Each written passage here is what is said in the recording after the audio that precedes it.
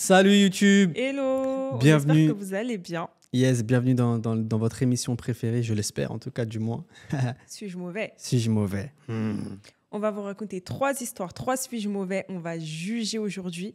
Et en plus, c'est une histoire, elle est croustillante. C'est une histoire de maraboutage. Ok, mais je peux juger tes chaussettes moi? Elles sont grave belles, mes chaussettes.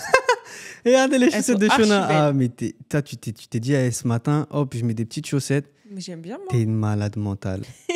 Allez, et surtout avant, écoutez-nous sur toutes les plateformes d'écoute, Spotify, Apple Podcasts, Deezer, etc. Abonnez-vous et surtout, laissez votre avis en commentaire par rapport aux différentes histoires. C'est très important. C'est parti pour la première histoire. Let's go. Mon petit ami a faussement organisé une intervention anti-drogue pour moi. Hein? Je ne suis pas toxicomane. Que dois-je faire? Vas-y, raconte.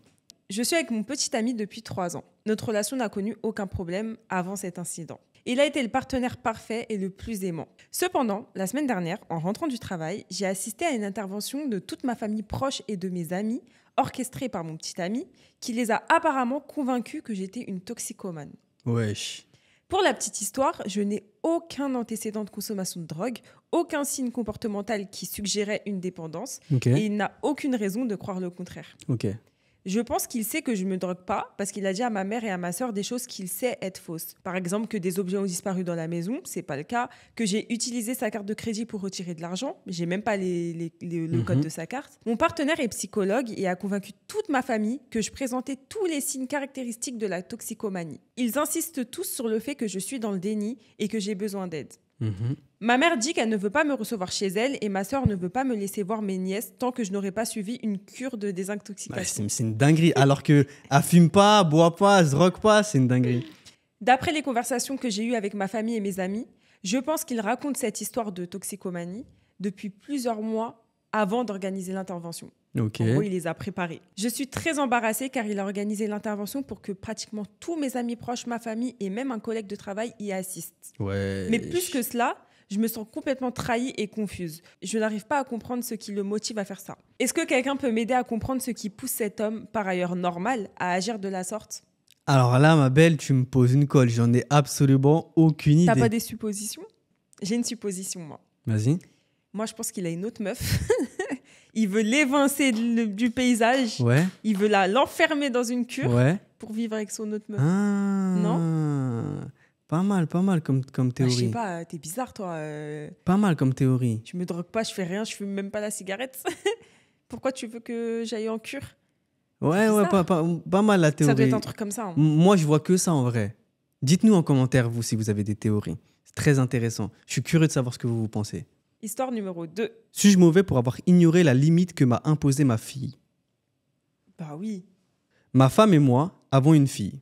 Techniquement ma belle-fille, mais je l'élève depuis qu'elle a 5 ans. Récemment, elle s'est trouvée confrontée à un nouveau problème à la maison, celui de la lessive. En fait, elle a établi une limite selon laquelle personne ne doit toucher à ses vêtements. Son raisonnement est le suivant. Elle craint que quelque chose ne disparaisse ou s'abîme. Elle pense qu'il est dégoûtant que nous fouillions dans ses affaires. Et maintenant, elle est une adulte qui a le droit à de l'intimité. Je comprends quand même. Tout va bien. Nous avons 3 jeunes enfants à la maison, 2 filles de 9 ans et un petit garçon de 2 mois. Ok. Donc, vous le comprenez, on a beaucoup de linge à laver. Le problème, c'est qu'elle a l'habitude de monopoliser les machines au point de nous empêcher de faire les nôtres. Par exemple, le week-end dernier, elle a fait une lessive avant le travail et elle l'a suspendue sur le fil vers 11h. Elle est ensuite partie travailler, midi 22h.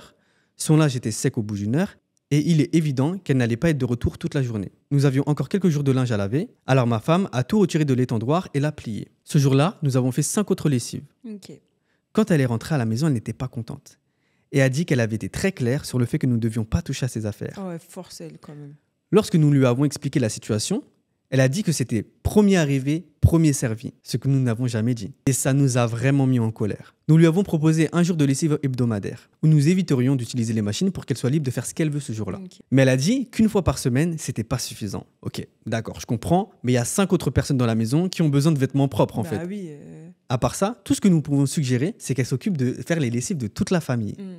Si elle est à la maison, Nous lui demandons de débarrasser ses vêtements de la machine, du sèche-linge et de l'étendoir si nécessaire, mais comme toute jeune fille de 19 ans a une vie sociale et des obligations professionnelles, Bah oui. elle est souvent occupée. Elle est contrariée parce qu'elle dit que nous ne respectons pas ses limites. Alors nous lui avons fait remarquer que si ne déplace pas mes vêtements est objectivement raisonnable, il n'est pas juste qu'elle le fasse au détriment de tous les autres habitants de la maison. Lors de notre dernière conversation, elle a fondu en larmes parce que nous lui avons dit que tant que des situations comme celle de samedi se produiraient, nous continuerons à déplacer ses affaires. Alors, est-ce que je suis mauvais pour avoir touché les affaires de ma fille ? Franchement, moi, je comprends la fille. Je comprends. Arrive à un certain âge, tu veux pas que ton daron, il voit tes slips. Ah bon ?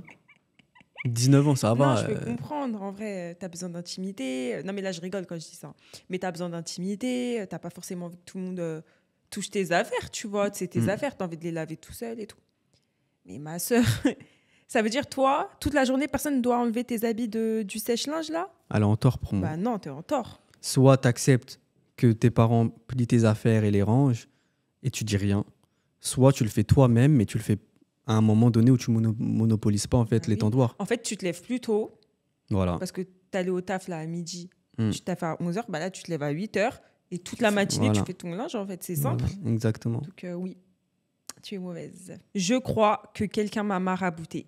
Ah, les histoires de sorcellerie là. Attention. Salut l'équipe, j'ai une histoire assez dingue à vous raconter. Ça fait 7 ans que je suis avec mon mari et jusqu'à il y a quelques mois, tout se passait bien. Mais d'un coup, j'ai commencé à ne plus pouvoir le supporter.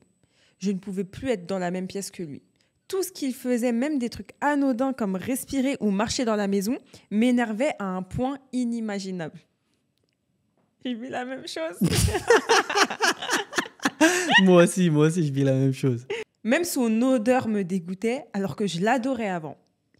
À ce moment-là, je me suis dit que c'était peut-être le stress ou une phase, mais non, c'était de pire en pire. Un jour, alors que je faisais du rangement chez nous, je suis tombée sur une feuille de papier pliée en 4, coincée sous notre lit.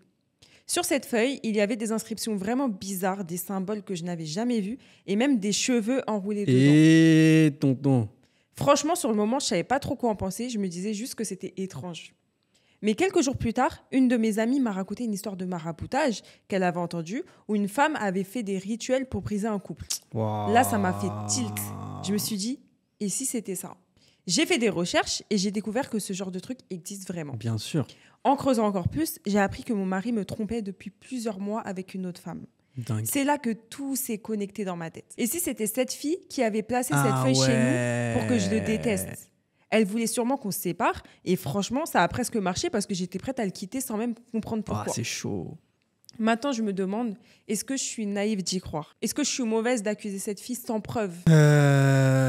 Ouais, c'est chaud. Après, tu retrouves comme un truc comme ça sous ton Non, lit. là, les preuves, elles sont... tu Après, tu sais cogites. pas oui, si mais c'est tu sais pas si c'est elle. Ouais. T'es dans une situation où tu sais pas trop quoi penser, donc je la comprends, moi. Mais ouais, c'est de la sorcellerie, clair et net. Claire. À l'ancienne, il y avait des forums sur Facebook. Ça, c'est les générations 95, ça, 95, 96. Quand on était au collège, il y avait des forums sur Facebook où les gens ils partageaient des histoires comme ça avec des preuves, genre ouais, regardez ce que j'ai trouvé sous mon lit et tout. Ça fait flipper. Et moi, j'ai vu une vidéo un jour qui m'a choqué, genre c'était je sais plus c'était quel pays d'Afrique, mais je sais plus. Bref, c'est un pays d'Afrique de West Af. Et c'était un mariage et la fille elle était enceinte. Tu vois. Ah oui. Et il y a une tantine qui vient à côté d'elle et elle touche le ventre comme ça et puis elle se barre. Mais elle touche le ventre d'une façon trop bizarre. Genre, elle touche pas le ventre comme ça, tu vois. Elle touche le ventre, elle fait un truc chelou, tu vois. Et elle se barre. Et les gens, ils ont dit, tu vas voir. Ouais, j'avais vu cette vidéo. Elle, l'enfant, elle va le perdre et tout. C'était un truc comme ça, un truc similaire. Pas si c'est exactement ça, mais je pense qu'il y a des gens qui ont déjà vu cette vidéo. Ça fait flipper les histoires de sorcellerie. Après, on peut pas savoir si c'est elle. Ouais. Mais tout laisse à penser que oui. Bien sûr. Bon, en tout cas, on espère que vous avez kiffé ces histoires. Comme Dites-nous d'habitude. vos avis. Donnez-nous vos avis en commentaire. Très important. Et abonnez-vous à la chaîne, écoutez-nous sur toutes les plateformes. C'était un plaisir encore une fois de vous retrouver en ce jour.